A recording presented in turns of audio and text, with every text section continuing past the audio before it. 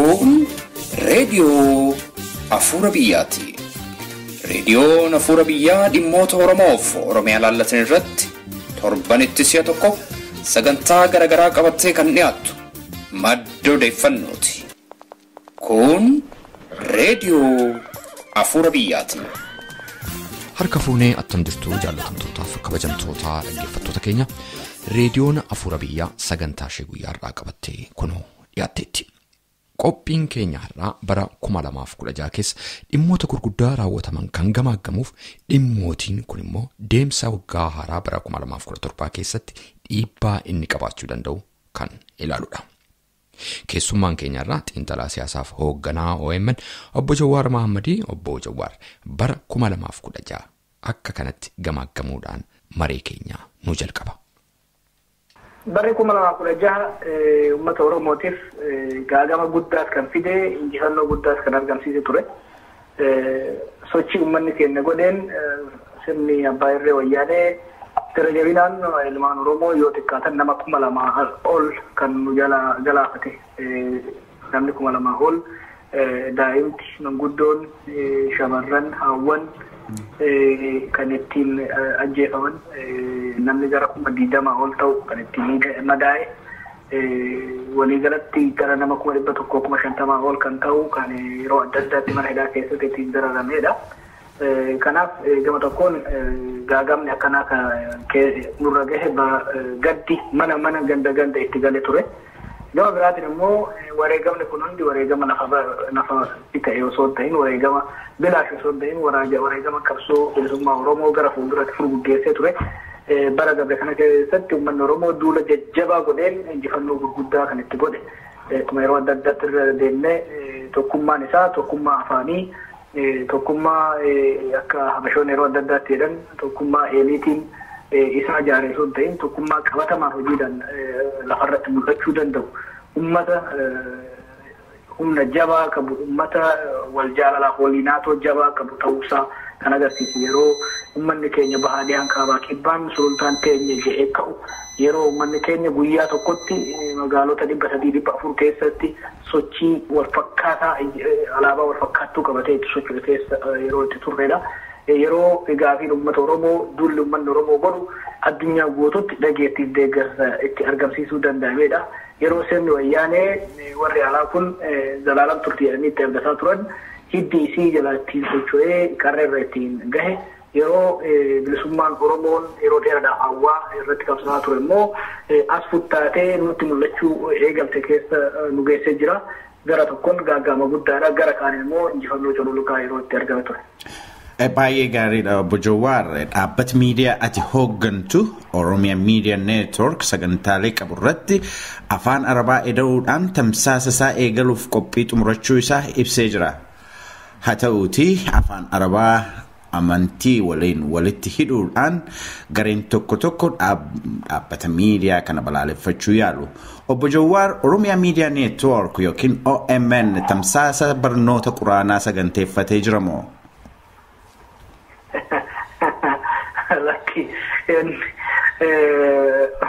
Deebii settiin deebifne bara kanatti amantiin kan babal'atu afaanota amantiileen sun dur ittiin deemanii miti. Fakkeenyaaf amantiin Islaamaa kan babal'atu afaan Arabaatiin miti.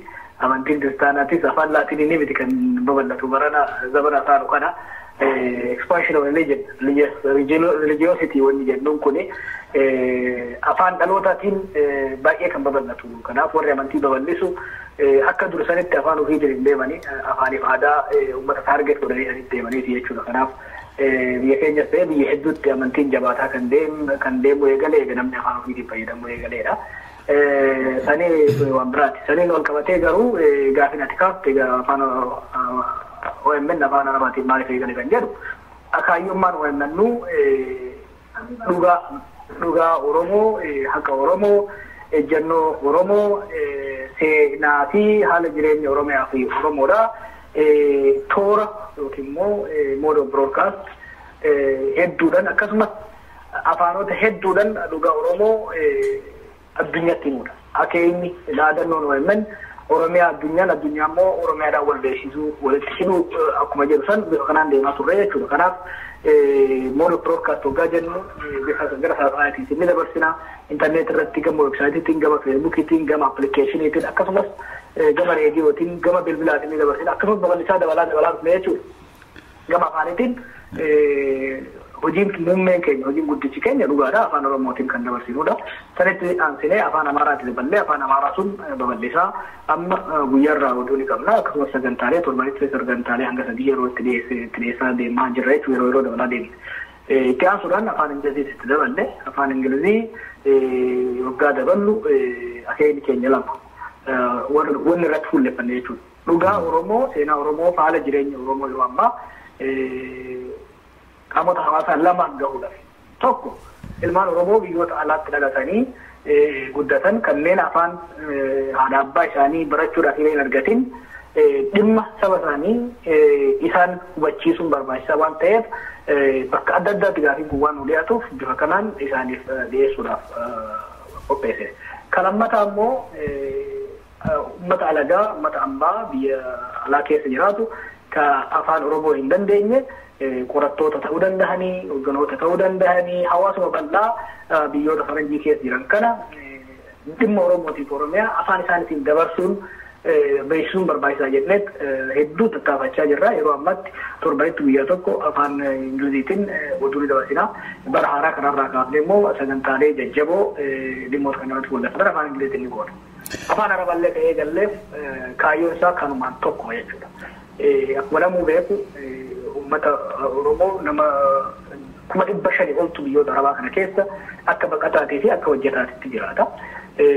Uummanni achi jiraatu kun hawaasni isaan keessa jiraatan sun waa'ee Oromoo waan mataa kan beekan. Namni keenya wanni hubachuu qabu kana gartee waa'ee Oromoo takka waan hin beekneef uummata kana waa'ee Oromoo hubachiisuun lammiileen keenya achi jiraatan sun ofiifillee uummata wajjin jireenya nagaa akka qabaatan dhimma saba isaaniitii fi Oromiyaallee saba biyyoota sana akka hubachiisan faayidaa qaba. Sanumaan wal qabatee immoo akkuma reefu jetti isaan warri 500,000 olii kuni ilmaan achitti horan qaban jechuudha. Ilmaan isaan achitti horan kun hedduun isaanii afaan Oromoo hin danda'an.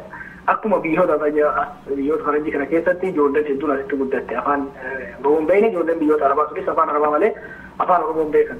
Ilmaan san eenyummaa isaanii akka hin irraanfanne saba isaaniitiif akka waa godhanne yoo kan barbaadu taate afaan isaan dhaga'ansaniin dhimma Oromootiif Oromiyaa hubachiisuun barbaachisaadha jennee amanna. Sanumaan wal qabatee immoo dhimma dippiloomaasiitti biyyoonni Arabaa kun biyyoota ollaa naannoo sanitti influensii guddaa qabani. Gama daldalaa qofaan yoo fudhatte daldalli Itoophiyaan addunyaa waliin gootu sadarkaa tokkoffaa irratti yoo Chaayinaan amma caalaman malee kan jiran warra Arabaa kana impoortii fi ekspoortii illee jechuudha. Kanaaf jarri kun influensii guddaa qaban naannoo sanitti.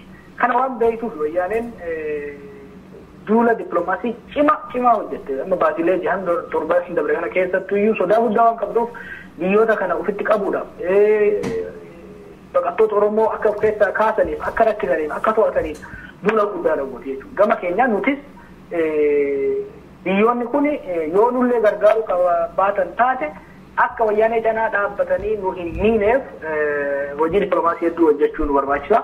Hojii dippiloomaasii kana keessaa tokko public dippiloomaasiidha. Public dippiloomaasii jechuun awareness raising waa'ee Oromoo fi Oromiyaa biyyoonni afaan Arabaa dubbatan kan Afrikaa keessa jiranii fi kan biyyoota Middle East keessa jiran kuni akka hubatan bal'inaan irratti hojjetamuu qaba jechuudha.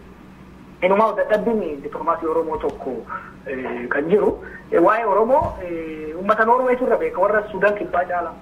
This is very sad agartee warra Noorweetu irra beeka keessa deemee waan arguuf agartee sadarkaa namoota sadarkaa guddaarra jiran kan waa'ee Oromoo xiqqoo qofa beekan. Keeniyaa keessatti haa taatu amma fakkeenyaaf Keeniyaan biyya ollaa keenyaa qofa osoo hin ta'in lammiileen keenya hedduun keessa jiraatan ta'anii namni Keeniyaa waa'ee Oromoo fi Oromiyaa hedduun beeku. Namni Suudaan akkasi. Biyyoonni ollaa naannoo keenya jiran kun waa'ee keenya beekuun waa'ee Oromoo fi Oromiyaa akka hubatan gochuun hojii guddaa gaafata jechuudha. Regional diplomacy. International diplomacy irratti waan gaariidha kan hojjechaa jirru hagamma. Waan jajjabaadha hojjechaa kan jirru. Bara lafaa injifannoo gaggaariitu Awustiraaliyaatti, Kaanaadaatti, Ameerikaatti bakka gaddaatti godhame. Hojiin biyya alaa kun asitti hojjetaa jiru kun haa jabaachuu qaba. akkasumatti ammoo hojiin dippiloomaasii biyyoota ollaa keenya hawaasa ollaa keenyaa keessatti goonu kun immoo daran jabaachuu danda'uu qaba. Hojii dippiloomaasii kana ittiin goonu keessaa dhimma keenya afaan isaaniitiin dhiyeessudha jechuudha. Amma afaan Arabaatiin Ugaadheessin Suudaan Kibbaa, Ijipt biyyoota Arabaa hedduu kana dhaqqabuu dandeenya. Itti aansine immoo biyyoota Afrikaa bahaa afaan Swahiliiti kanaaf ta'anii afaan Swahiliitiin tamsaasa OMN eegaluudhaaf qophii irratti xumuraa jirra yeroo biyya yeroo gabaabaa keessatti galmaan geenya. San qofaa miti. Afaan Somaaleetiin maaliif manni Somaalee naannoo isaaniitti influensii guddaa qaba. Kaayyoo Oromoo akeeka Oromoo kana akka isaan hubataniif afaan isaaniitiin dhiyeessuun hedduu barbaachisaadha. Kanaaf wanti afaan dabalaa deemnuu fi kanaaf jechuudha. Namni keenya kan beekuu qabu OMN meeshaa qabsoo bilisummaa Oromooti. Qabsoo bilisummaa Oromoo gara fuulduraa tarkaanfachiisuu keessatti akkuma afaan Oromootiin uummanni Oromoo akka wal dhaga'u godhu afaan alagaatiin immoo akka alagaa dhimma keenya dhaga'u gochuu irratti bal'inaan hojjechaa jira kana kan jiru. Baay'ee gaariidha. Dhimma kanarraati itoo hin fagaatin garee biroon immoo afaan Arabaa dursa gaati sagantaa afaanota sabaaf sablammoota ollaa Oromoo jiranii tamsaasa eegaluutu Oromoof irra dhimma baasa jechuudhaan yaada isaanii dhiyeeffatu. Obbo Jawaar kanaaf deebiin kee maali? Egaa akkuma amma dura waadaa galleetti toora saatalaayitii OMN sa'aatii 24 waan jiruuf sabaaf sablammoota akkasumas afaanota ollaa keenyaa kan nu caalu wajjinii fi nu caalaa dhuunfaman hiree kennuufi qabna jennee dhaadheessaa beeksisa affeeraa turre jechuudha. Rakkoon dhawaata keessatti agarre saboonni kun akka malee waan dhuunfamaniif joornaalistoota hin qabanii hojiitti seenuu hin dandeenye. Gariin hojii akka eegaluu godhanii kan dhaabanni jiranii gariin waadaa seenanii kan hin eegalan jiranii kana waan laalleef amma inumaa irratti mari'annee akka maanejmentiitti wanni jenne tarii koottaati sagantaa keessan ukumaa produce godhaa qopheeffadhaa koottaadha kan amma dura jechaanii turre saatalaayitii isiniif kennina isin qopheeffadhaa koottaadha. San gochuu waan hin dandeenyeef tarii hojii capacity building yookiin immoo humna isaanii jabeessuu hojjechuun nurraa eegama. Kanaaf hamma danda'ametti hojii leenjii kennuu fi haa taatu bakka stuudiyooleen keenya jiranitti isaanii waraabuu haa taatu tarii waan akkanaa kan hojjechuun nurra jira jenneet bara haaraa kanatti karoora qabnu kana keessa afaanota muraasa irratti yaalii akkasii gochuudha barbaadna. Kana rakkoon jiru malee sababa Oromoo saniif kan nu dinneeti miti kan nu barbaadna. Kuni garuu ka afaanonni kaanitti wal bira qabamee ilaalamuu qabu. Wanni hubatamuu qabu maali? OMN core production kan jennuun jira. Kan OMN ofii waraabee ofii editoriaalii isaa jalatti deemuun afaan Oromootiin haa taatu afaan Ingiliziitiin afaan Arabaatiin gara fuuldura afaan Sudaalii Somaalii meebii yoo jedhamu afaan warra Chaayinaatii yoo Faransaay illee ta'uu danda'a. Kan OMN ofii produce godhee dhiyeessu jira. Tokko kana kan hubatamuu qabu. Kan lammataa immoo saboonni afaan adda addaa haasa'an sagantaa mataa ofii siyaasa ofii ejjennoo ofii kan ittiin dhiyeeffatan jechuudha. Fakkeenyaaf afaan Somaaliyaa fudhannu. Gareen afaan Somaalee warra ogaleen ta'uu danda'a yoo ni kenninaa fi sagantaa ofii haalli ittiin dhiyeeffatan. Dhiyeessallee turanii jidduu addaan dhaabata malee dhiyeessanii haalli ittiin deeman ni jiraata. San jennee garuu hin deemu. Sagantaan OMN dhiyeessu kan siyaasaaf ejjennoo Oromoo dhiyeessu afaan Somaaliitiin dhiyaachuu danda'uu qaba. Waa lamaan kana namni haa hubatu. Somaalonni firoonni keenya siyaasaa isaanii ejjennoo isaanii afaan ofiitiin saatalaayitii OMN irratti dhiyeeffatu. Nummoo afaanuma isaanii saniin afaan Somaaliitiin sagantaa qopheessinee ejjennoo ilaalcha seenaa fedhii Oromoo immoo afaan sanii dabarsuu danda'uu qabnaa jechuudha. Kun lamaan wal bira deemanii akkasitti kan yaadnee itti deemaa jiru. Baay'ee gaariidha Obbo Jawaar. Achuma keessaati tun bahini Oromo Media Network yookiin OMN gaaddiduuf to'annaa dhaabbolee siyaasaa ala akka taheetti hubatama. Dhaaba siyaasaan hin deeggaramu kanaafis hin dhaabbanne dhimma dhaaba tokkoo qofa akka odeessu irraa hin eegamu. Fakkeenya miidiyaa walabaaf qabeenyaa dhuunfaa Oromoo tahee beekama. Bara 2016 keessatti haalota Oromoo hedduu gaddisiisan keessaa tokko miidiyaa dhuunfaa tokkicha Oromoon waliin qabu diiguuf duula adeemsifamaa jirudha. Obbo Jawaar olola OMN irratti adeemsifamu kana calliftanii dhaggeeffattu maaliif? Egaa OMN ejjennoo isaa yeroo adda addaatti wanni lafa kaa'anii jira. dhimma Oromoo keessatti hamma dallana hundaan impartiality qaba. Kana jechuun murnoota waliin caalchisu murni siyaasaa takkaa ilaalchi takkaa namni dhuunfaa siyaasaa OMN itti as dhiyaatu immoo achi dhiibamu jiru. Kana hojii keenya sirriitti mirkana waggoota sadan dabre kana keessatti hojiin nuti hojjenne namni OMN irratti dhiyaatee hin dubbatin ilaalchi siyaasaa OMN irratti hin calaqqisiifamin hoogganaan siyaasaa OMN irratti hin dubbifatamin murni siyaasaa OMN irratti qilleensa argatee yaadaa fi ejjennoo isaa hin dhiyeeffatin hin jiru. Kana hojiin keenya ragaa nuu ba'a jechuudha. Gara fuulduraatti yoo taate kana gama Oromoo ala external issue irratti akkuma irraa hojjetti nuti waan saalfannu miti OMN arraata qabsoo bilisummaa Oromooti. Ejjennoo Oromoo, ilaalcha Oromoo, fedhii Oromoo calaqqisiisa. Abbaan fedhii haa buufatu, abbaan fedhii haa utaalu malee Oromoo fi warra kaan biratti kan waggaa goonu garuu saboota biraatiif kabajaa kennuudhaan kan goonu ta'a. Kanarraa ka'ee yeroo adda addaatti ololli adda addaa akka godhamu ni ta'edha. Har'a qofaa miti olola kanarra hamaadha bifa adda addaatiin godhamaa ture. Nuti waan lafa kaa'annee jira. Nuti humna qabnu yeroo qabnu hunda diina irratti takkaa dhugaa Oromoo himu lammaffaa immoo diina laaffisuu irratti strategic communication irratti kan hojjennu sa'aat akkas sa'a taatu humna xiqqoo takkallee dhimma Oromoo keessaati irratti jechuunis qixxaa takka qeeqa keessaa dhufu irratti yoo kan oolchinu taate sa'aan suni kan sila diinarra oolchinu irraa waan hir'atuuf poolisiidha qabna jechuudha. Kanaaf joornaalistoonni OMN hojjettoonni OMN dhimma kana keessatti deebii kamiyyuu akka hin kennine barbaachisaa ta'ee dhimmi barbaachisaa ta'ee yoo jiraate bulchiinsi OMN sadarkaadhaan haalli itti ibsa kennu ni jiraata. Garuu himannoolee xiqqaa adda addaa dhiyaatu yeroo dhufan hunda damee irratti yeroo bahan hunda deebii isaanii kennaa deemuun humna OMN yeroo fi dadhabsiisuudha kan jennee qaban. Kuni wanni namni keenya beekuu qabu jaarmiyoota siyaasaa jiran hunda wajjin hariiroo jabaadha qabna.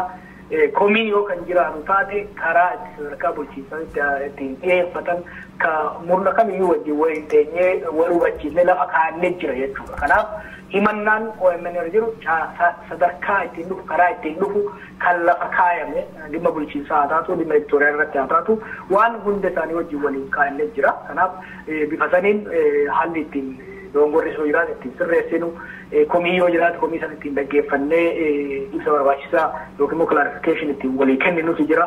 Yeroo fooyyessaa haala ittiin deemnu jira. Kanaaf wanni cal'ifnuuf ala bayanii walitti lallabaa ooruun qilleensa Oromoo booressuuf diina gammachiisuu yoo taate malee faayidaa tokkollee hin qabu. Komii yoo jiraate komiin jiru sun gara keessatiin dhiyaatee boordiidha qabna, bulchiinsa maaneejmentiidha qabna. Dhiyaatee haalli ittiin furamu aadaan sun dagaaguu qaba jenneet yeroo kijibni gurguddaan maqaballeessii gurguddaallee yeroo godhamu wanni nuti deebiin kennineef wanti sun hanga keessaan nu dhiyaatutti nuti baanee achirratti lallabuun boora'uu qilleensaa san irratti daran booruu itti dabaluu ta'a jennee waan amanuufi. Yoo baay'ee gaariidha. Dhimmoota gurguddoo bara 2016 tahan keessaati konferensiin London akkasumas sadaasa 11 haga 13 Atlantaa Joorjiyaa keessatti konvenshinii adeemsifamedha. Walgahii lamaan kana booda itti bahiinsi keessaniif bu'aan Oromoon irraa argate maali? Egaa akkuma yaadatamu korri walgahiileen kunniin kan godhaman yeroo amma keessa jirru kun yeroo transitional politics jijjiirama ce'umsa keessatti seenne yeroo sirnoo yaadee itti gatamtaraa jiru yeroo qabsoon bilisummaa Oromoo fiixa bahuurra dhiyaatte keessa waan jiruuf walitti dhufanii wayyaanee booda maaltu ta'uu mala Oromoon walii ofiitiif akkamitti wal bulchaa dhugaa walii akkamitti walii eegaa nagaa ofii akkamitti walii eeguu danda'a kan jawu waliin mari'achuun barbaachisaa jennee amanna. Kuni gara fuuldurallee waan ta'uu qabu. Maaliif nu qofaa miti uummanni bilisummaa ofiitiif qabsaa'e kan nu daran qabsaa'e kan nu daran gabroo nu daran qabsaa'e hedduutu jira jechuudha.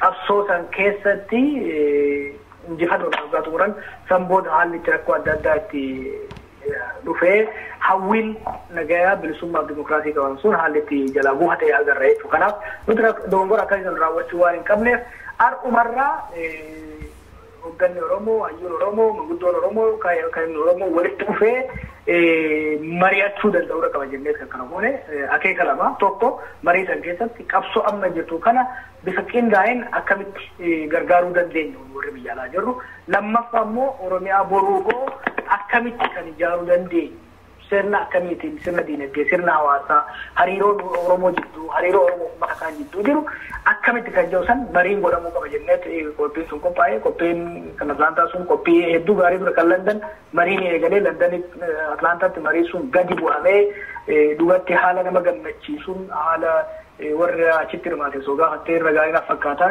haala nuti eenye walitti manni keenya marii guddaa godhee dookumentii 4 irratti haasa'ee dookumentiilee 2 dhimma tokkummaa Oromootii fi fuulduree Oromooti irratti kan jiru eega irratti mari'atee kan keessaa hafuu qabuu fi kan itti dabalamuu qabu erga eeree booda koree ekspertoota filee koreen ekspertootaa sun yaada achirra dhiyaatan akka itti dabalee dookumentii deebisee jila kanaaf ergu ajaja dabarse sanumaan wal qabatee immoo dhimma dippiloomaasii Oromoo walitti qindeessuu irratti jaarmayni tokko yookiin immoo taasfoorsiin tokko akka ijaaramu namoota achumatti ramadanii hojiirra oolchanii namoonni sun haala dippiloomaasii Oromoo koordineet godhan irratti hojjechaa jiran yeroo ammaatti akkasumas immoo koreen biraa koreen gargaarsa Oromoo humanitarian support kan jennuun gargaarsi qabsoodhaaf uummata keenyaaf godhamu biyya alaa kun bifa waal ta'ee fi bifa qindaa'een ta'uu qaba yaadni jedhu kun hojiitti akka ooluuf mariin guddaan irratti godhame booda koreen tokko uumame koreen sunis yeroo ammaa irratti hojjechaa jira yeroo gabaabaa keessatti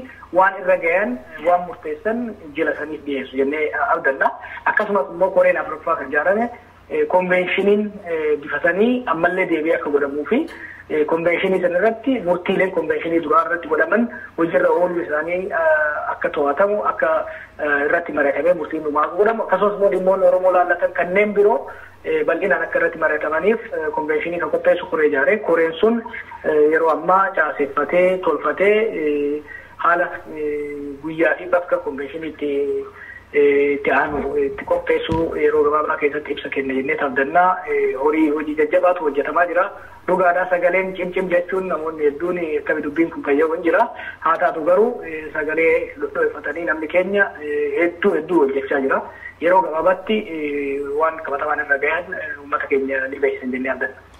Baay'ee gaariidha obbo Jawaar dhimmoota gurguddoo addunyaa kanarratti bara 2016 raawwatan keessaati inni tokko Donald J. Trump pireezidaantii Ameerikaa ta'anii filamuu isaaniiti.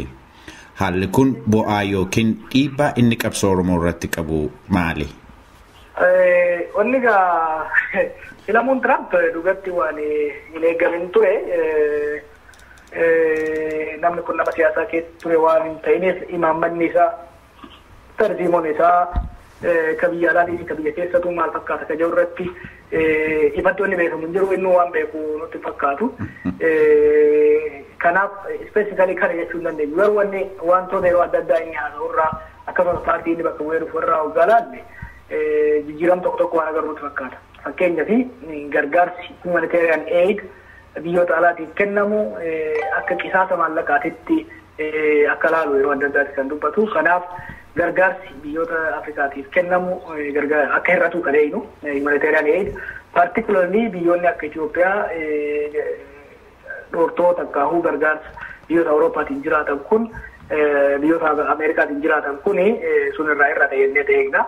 Gama biraatiin immoo namni kun nama national security yookiin immoo dhimma nageenyaa isaan irratti haga tokko namoonni inni kaallee namoota achirratti fuulleffannaa qaban waan ta'aniif tumsi Itoophiyaa wajjin dhimma counter terrorism irratti qaban waan itti fufu fakkaata gara kanaan ala ilaalla gara kaaniin immoo namni kun see paartiin isaa akkas mara dhimma mirga namoomaatiif hedduu kan dhimman hin fakkaatanii kanaaf dippiloomaasiin gama mirga namoomaatiin dhimma namoomaatiin godhamu hedduu waan mirkanaa'uunaatti fakkaatu bara pireezidantummaa isaa kana jechuun abdii kutannee ta'e jechuu osoo hin ta'in waan gabayaan bittu gabayaa baasanii gurguratan waan gabayaan hin binne geessan gabaan isaa amma kan tarii bituu dandeettu dhimma security kanaaf dhimma Oromoo diplomaasii Oromoo security wajjin wal qabsiisanii dhiheessuun akkasuma kana jechuun sochii biyyaa dhimma security jabaatee akka deemu security naannoo sanii akka inni ta'u laalu akkasumas immoo asitti security partner jabaa ta'uu akka dandeenyu agarsiisuun hedduu barbaachisaa ta'a natti fakkaata. Tarii dhimma poolisii biyya keessaa irratti domestic policy Ameerikaa irratti wanti Oromoo laallatu tokko jira. Kunis maali?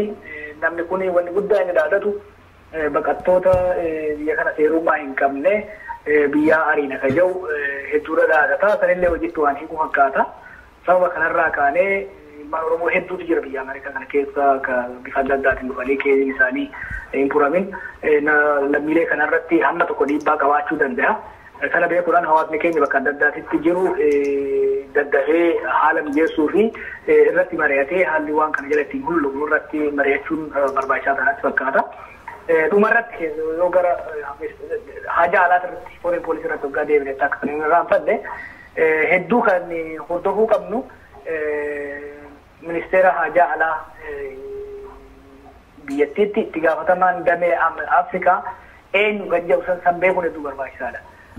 Tarsiimoo imaammata Tirampii ol ejjannoon Under Secretary for African Affairs qabaatu hedduu barbaachisaa. Amma durallee san turre hedduu barbaachisaa ture. Ammallee immoo san daran hedduu dhiibbaa qabaachuu danda'a. Kanaaf namni isaan dhimma Afrikaa irratti shuuman sun eenyu akka ta'e addaan beekne nama san gama keenya kaawwachuudhaaf ammumarraa irratti hojjechuun nama san qofa osoo hin ta'in namoota naannoo san nama san marsanii jiran dammaqfachuun hedduu barbaachisaadha fakkaata. Baay'ee gaariidha Bojoowwar. Bara 2016 ajjeechaan Oromoo irratti raawwatu daran hammaatee mootummichi faashistummaa isaa yeroo inni ifatti mul'isee ture keessaahuu onkoloolessa 2 bara 2016 uummata ayyaana irreechaa kabajuudhaaf yaa'e marsee haleellaa deemsiseen lammiin Oromoo 700 ol tahan guyyaa tokkotti bakka tokkotti akka dhuman taasiseera. Mootummaan faashistii kun kana darbee haga inni maal raawwatutti eegna yookiin haga inni maal godhutti eegamuu qaba. Wanti kun nama keenyaaf ifa ta'ee jiru tokko wayyaaneen hanga aangoo irra jirtutti uummanni keenya nagaa argachuu hin danda'u. Hanga uummanni keenya immoo wayyaanee kuffisuu socho'etti wayyaaneen ajjeesuu hin dhiisu. Cyclical situation keessa jirra jechuudha. Kanaaf Oromoo irraa duutee akka dhaabatu, Oromoo irraa hidhaan akka dhaabatu, Oromoo irraa cunqursaa irraa akka dhaabatuuf yoo kan barbaadame taate wayyaanee fonqolchuun dirqama jechuudha. Sirna wayyaanee qofa osoo hin ta'in sirna uummata Oromootiif hin taane ka uummata Oromoo saamuudhaan jiraatu buqqaasuudhaan sirna uummata Oromootiin filamee mirgaaf daltaa uummata Oromoo eegsisu gadi dhaabuun barbaachisaadha jechuudha. Kanaaf wareegama barbaachisaa ta'e hundaa'u kafaluudhaan sirna kana gaggabsanii ofirraa kuffisanii mootummaa ofiif ta'uu dhaabbachuun dirqama. Hanga wayyaaneen jirutti gidiraan Oromoo irra gahu, gagadoon Oromoo irra gahu, hidhaa fi ajjechaan saamichi hin dhaabatu. Inumaahu daran kan hammaataa deemu. Namni keenya kana sirriitti qophaa'uu qaba. Adaduma Oromoon jabaattee siree sirna kanaa sochooftetti hidda isaa cirteetti diinni kunis lubbuu of baraaruudhaaf jecha uummata keenya ajjeesuun buqqaasuun biluu bahu waan dabalaa deemu jechuudha. Kanaaf hamma danda'ametti tarsiimoo olaanaa masakamaa gaagamni ga'u akka irratu gochaa qabsoon kun saffisaan akka xumuramu irratti deemuun barbaachisaadha fakkaata. Baay'ee gaariidha Bojoowwar. Bara 2016 bara qabsoon Oromoo miidiyaa addunyaatti dhuunfate tahee beekama. Keessaahuu dhaloota qubee Oromoo keessaa tokko kan ta'e atileetichi Oromoo Fayyisaa Leellisaa tarkaanfii boonsaa inni fudhate mee akkamitti ilaalama? Egaa qabsoo Oromoo keessatti yeroo dheeraadhaaf atileetonni hedduun hirmaanne jedhamee kan komatamaa ture.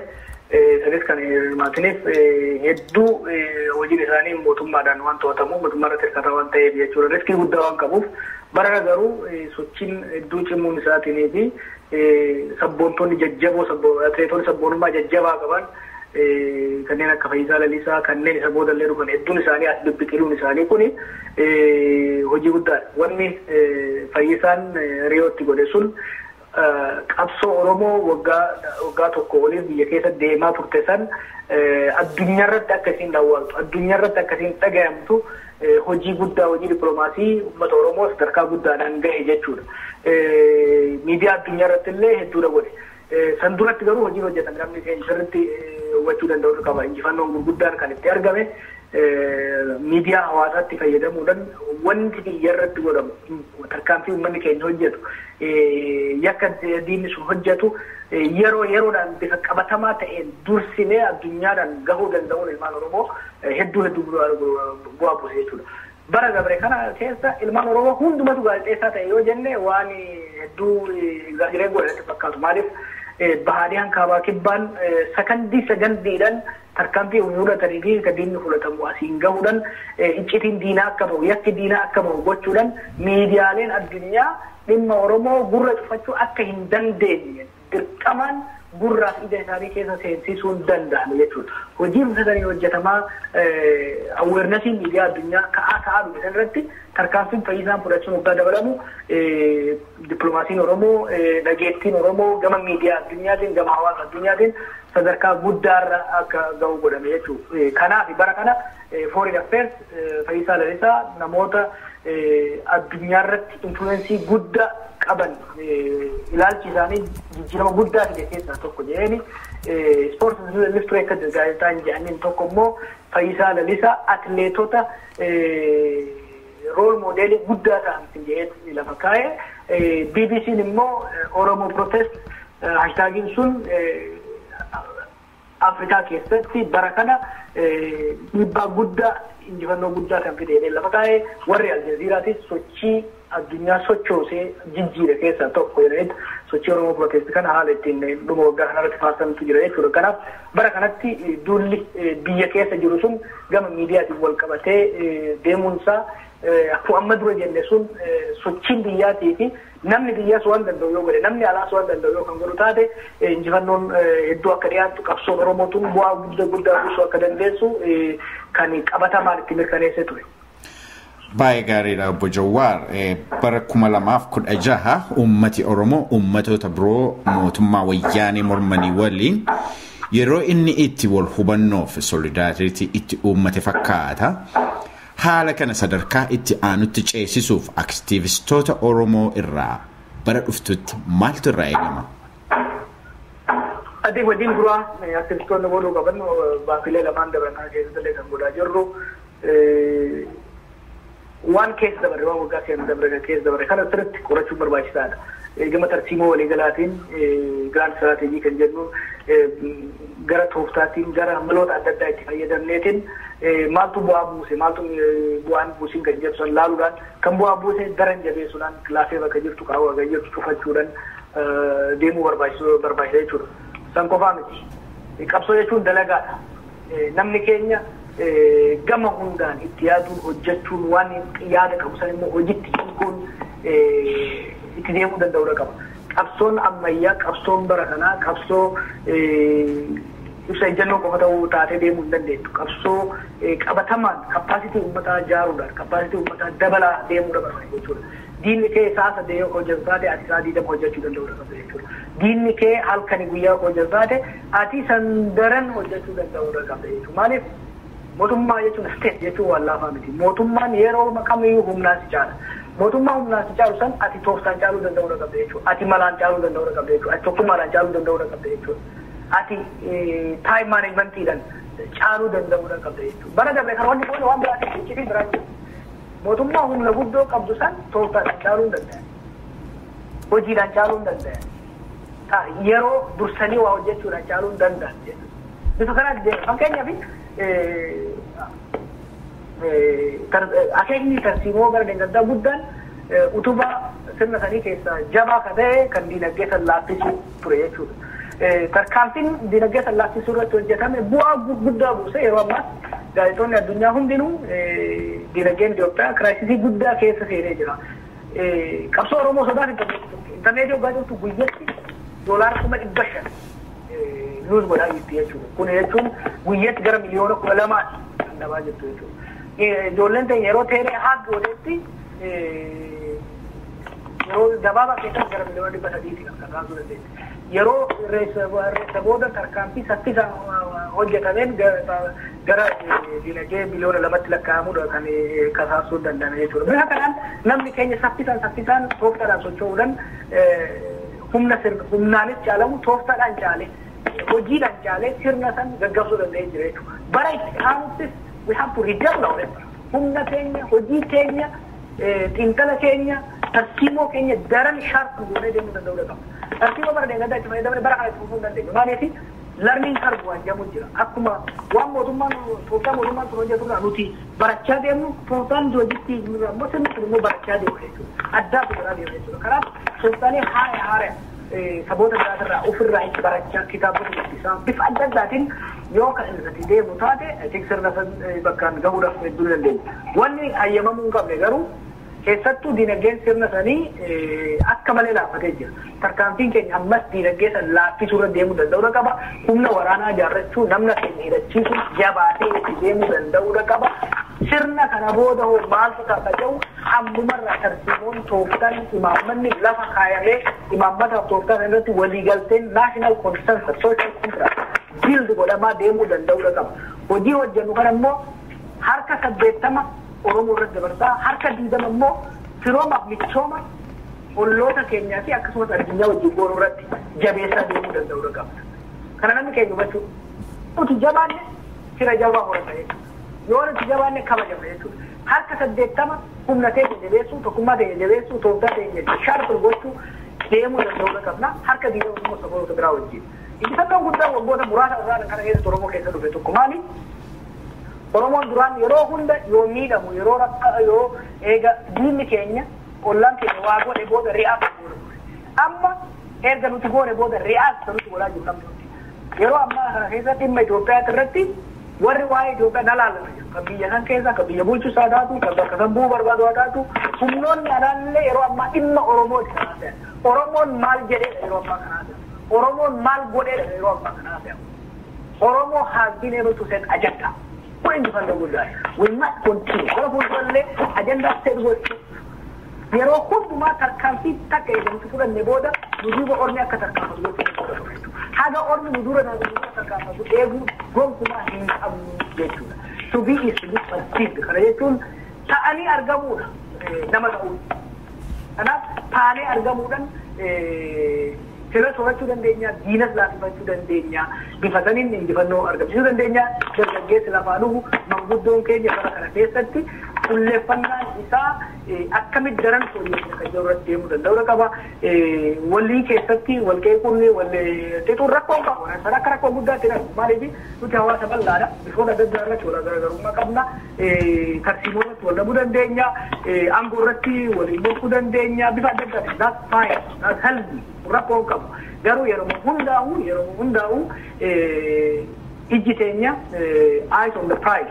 Ijji teenya daandii irra deemuu qabnu sanirraa bakka dhaquu barbaadu sanirraa duuba akka hin deebine gaafa kamiyyuu duuba akka hin deebine irratti hojjechuun barbaachisa.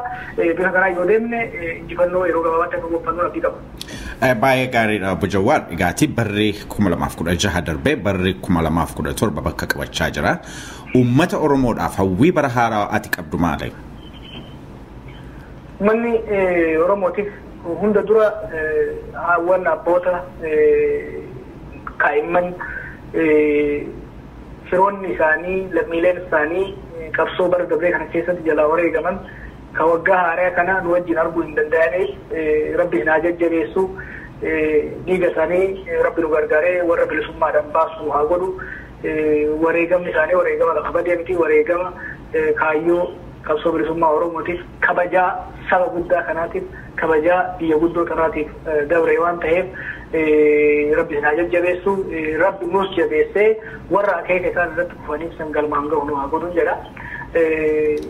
Lammiileen Oromoo kumaatamaan lakkaa'aman harka diinatiin madaa'anii manneen yaalaa adda addaa keessa rakkachaa jiran mana ofii keessatti rakkachaa jiran rabbi isin haa fayyisu rabbi daddatee fayyisee maatii keessanii fi uummata keenyatti isin haa deebisu jajjabaadhaan jaa uummanni keenya akkuma yeroo adda addaatti jedhutti yeroo ayyaanaa kana warra maatii isaanii jalaa kufe jajjabeessuu barbaachisaadha.